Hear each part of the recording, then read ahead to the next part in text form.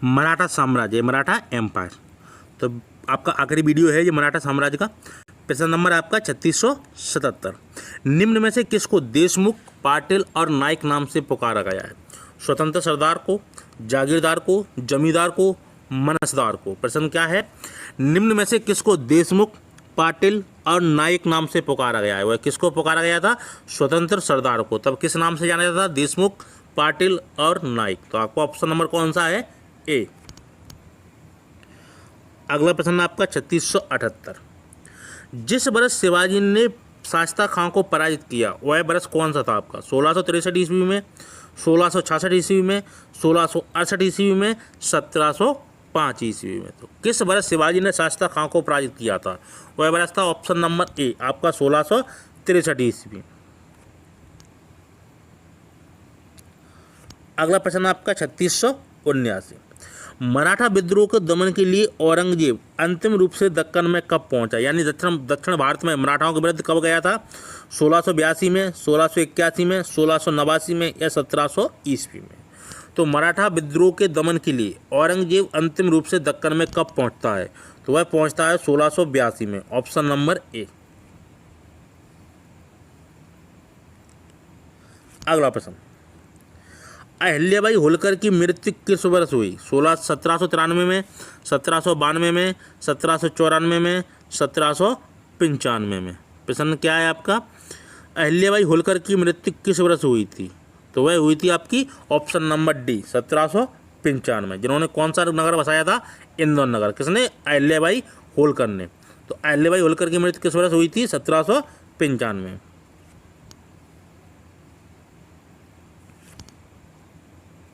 अगला प्रश्न, संगोला की संधि से किसी पेशवा का संबंध है? संगोला की संधि से किस पेशवा का संबंध रहा है?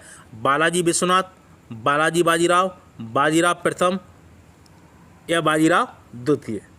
तो संगोला की संधि से किस पेशवा का संबंध रहा है? वह रहा है बालाजी बाजीराव का, ऑप्शन नंबर बी। इनके समय कौन सा युद्ध लड़ा गया था? पानीपत का तृतीय युद्ध, जिसमें मराठाओं की काफ़ी हार होती है और काफ़ी नुकसान झेलना पड़ा। किसको? मराठाओं को। तो संगोला की संधि किस पेशवा का संबंध रहा है? संगोला संधि से बालाजी बाजीराव का।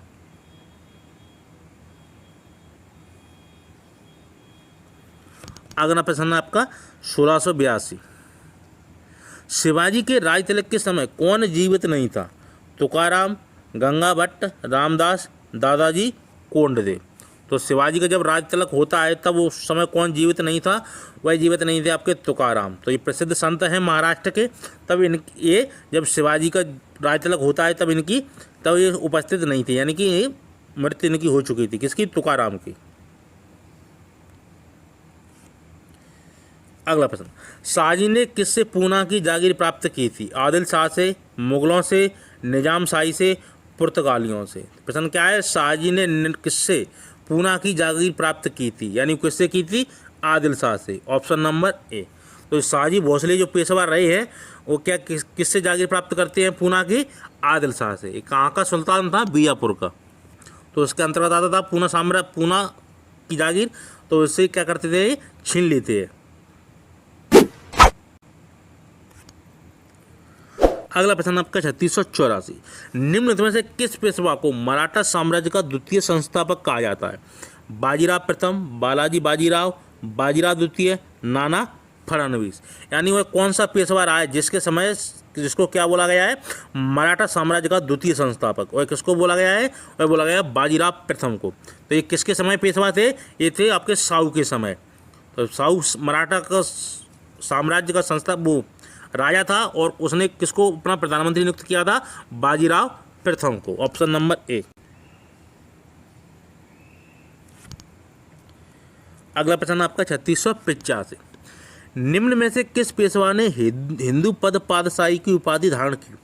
बाजीराव द्वितीय ने, बाजीराव प्रथम ने, बालाजी विश्वनाथ ने या बालाजी बाजीराव ने। यानी कि वह कौन सा पेशवा था जिसने कौन सी उपाधि धारण की थी? हिंदू पद पादशाही की उपाधि धारण की थी। वह पेशवा था आपका ऑप्शन नंबर बी बाजीराव प्रथम। इसने कौन सी उपाधि धारण की थी? हिंदू पद पादशाही की। ये किसके समय था? साहू के समय। अगला प्रश्न, मराठा राज्य क्षेत्र में भूमि की मापजोख की इकाई क्या थी? तनब, काठी, जरीब या दफ्तरी बीघा। यानी कि मराठा राज्य क्षेत्र में, यानी कि जो शिवाजी ने एक नियम चलाया था किस, यानी भूमि को नाप जोख करने का, वह कौन सी चीज़ थी, वह थी आपकी काटी या एक लकड़ी का डंडा होता था। इससे पहले क्या किसी रस्सी वगैरह से भूमि की नाप की जाती थी। यानी कि शिवाजी ने क्या किया था, एक लकड़ी का डंडा, उसको एक फिक्स नाप किया था, उसको क्या बोला जाता है, काटी। इससे फिर बाद में क्या होता था, भूमि की नाप जोख होती थी।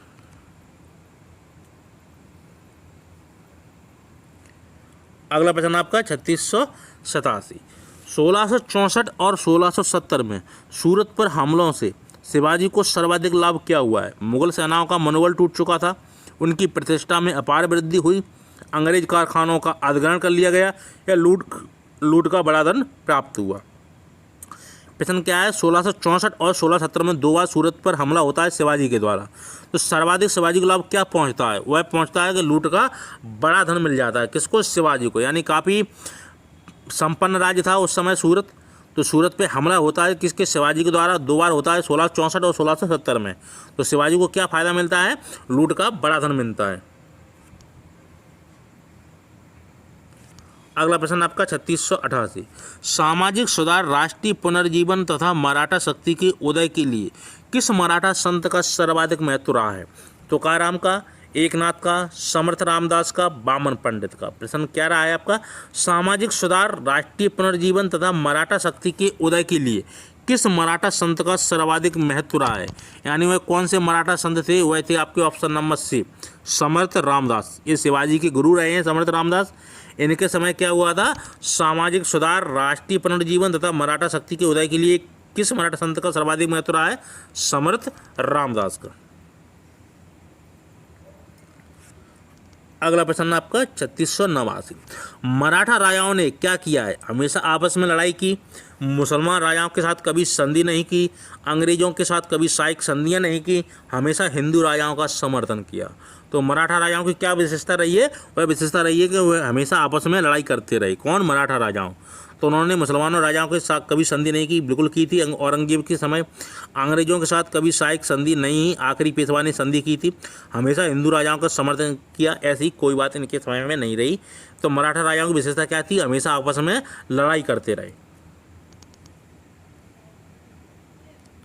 अगला प्रश्न 3690।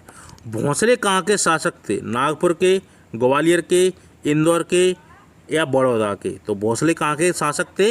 वह थे आपके नागपुर के। Option number A. तो ग्वालियर के सिंधिया थे, होलकर के कौन, इंदौर कौन थे? होलकर, और बड़ौदा के कौन थे? गायकवाड़। तो भोंसले कहाँ के शासक थे? आपके नागपुर के, पूना के पेशवा थे। प्रश्न नंबर अगला, बखर क्या है? विदेशी समाचार पत्र को बखर बोला जाता था, गुप्तचरों की सूचना, इतिहास रचना के साधन, या राजकीय घोषणा है? तो बखर क्या था? वह था इतिहास रचना के साधन। उसको क्या बोला गया है? बखर बोला गया है। अगला प्रश्न आपका 3692।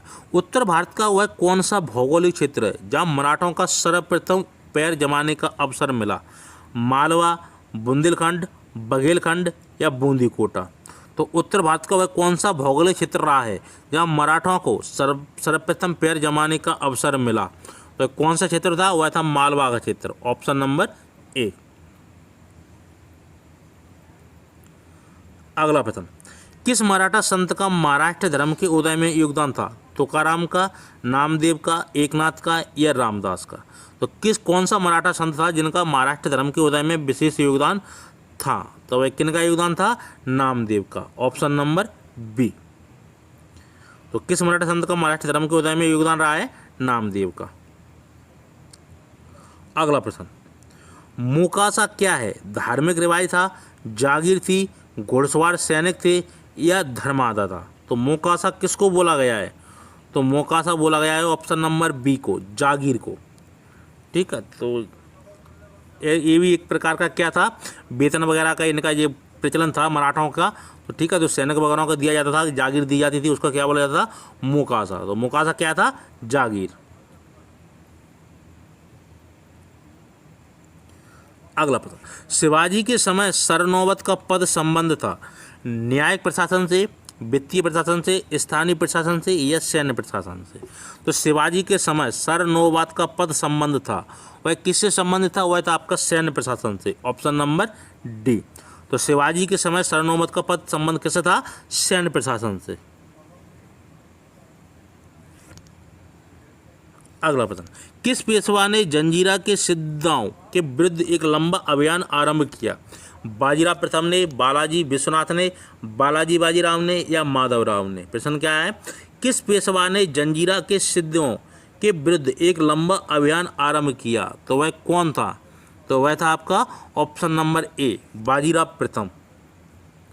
तो बाजीराव प्रथम ने क्या किया था? जंजीरा के सिद्धांतों के विरुद्ध एक लंबा अभियान शुरू किया था।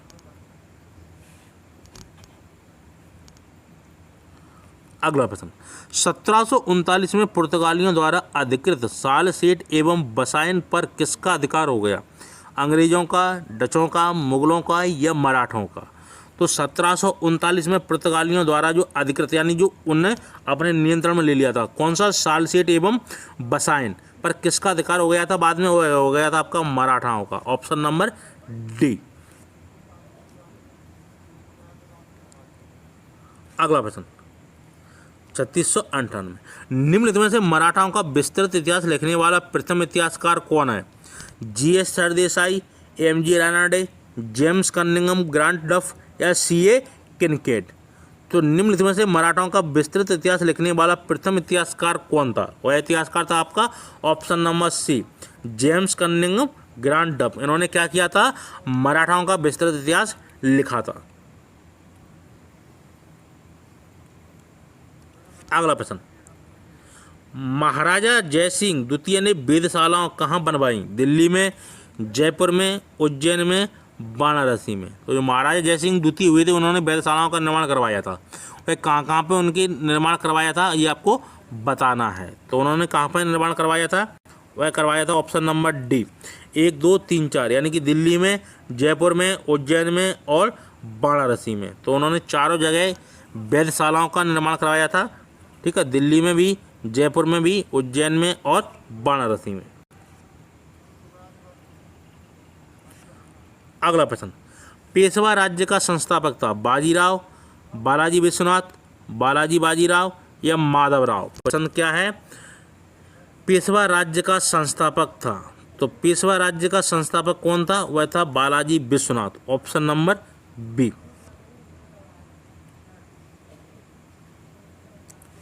अगला प्रश्न, मोकासा शब्द का अर्थ था? नगद वेतन के बदले दिया गया भूमि अनुदान, मंदिरों को दिया गया भूमि अनुदान, धर्मार्थ भूमि अनुदान या जन्म स्थान में दिया गया भूमि अनुदान?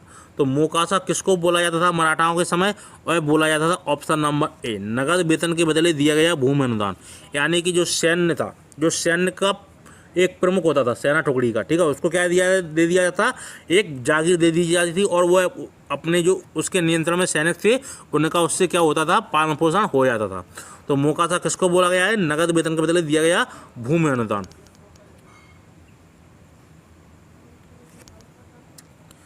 अगला प्रश्न, शिवाजी द्वारा स्थापित राज्य की आय का मुख्य स्रोत क्या था? चौथ, जजिया, जकात या सरदेशमुखी? तो प्रश्न क्या है? शिवाजी द्वारा स्थापित राज्य की आय का मुख्य स्रोत क्या था? वह था चौथ। यानी कि जो शिवाजी जिस राज्य को जीत लेते थे और उसको वापस भी कर देते थे, यानी कि वापस तो उन्होंने कर दिया, उस राज्य से वो क्या करते थे? 1/4 हिस्सा कर का लेते थे। उसको क्या बोला जाता था? चौथ। सरदेशमुखी किसको बोला जाता था? यानी कि जो राज्य अपने उसमें नियंत्रण में मिला लिया, किसने? शिवाजी ने। वो उसको वापस नहीं करते थे, लेकिन उससे एक निश्चित कर ले लेते थे और वहाँ की जनता के लिए कुछ कर छोड़ देते थे। यानी कि 1/4 इससे भी ले लेते थे, उसको बोला जाता था सरदेशमुखी। लेकिन जिस सूत्राल से ले लिया जाता था राज्य और उसी को सौंप दिया जाता था किससे? एक संधि के द्वारा, तो उससे 1/4 ले ली जाती थी। तो शिवाजी द्वारा स्थापित राज्य की आय का मुख्य स्रोत क्या था? चौथ। अगला प्रश्न, साहू के दक्कन की चौथ एवं सरदेशमुखी का अधिकार किसके शासनकाल में प्रदान किया गया? जहांदार शाह, बहादुर शाह, फर्रुखसियर, मोहम्मद शाह? प्रश्न क्या है? साहू के दक्कन की चौथ एवं सरदेशमुखी का अधिकार किसके शासनकाल में प्रदान किया गया? वह किसके शासनकाल में प्रदान किया गया था? ऑप्शन नंबर सी, फर्रुखसियर के समय।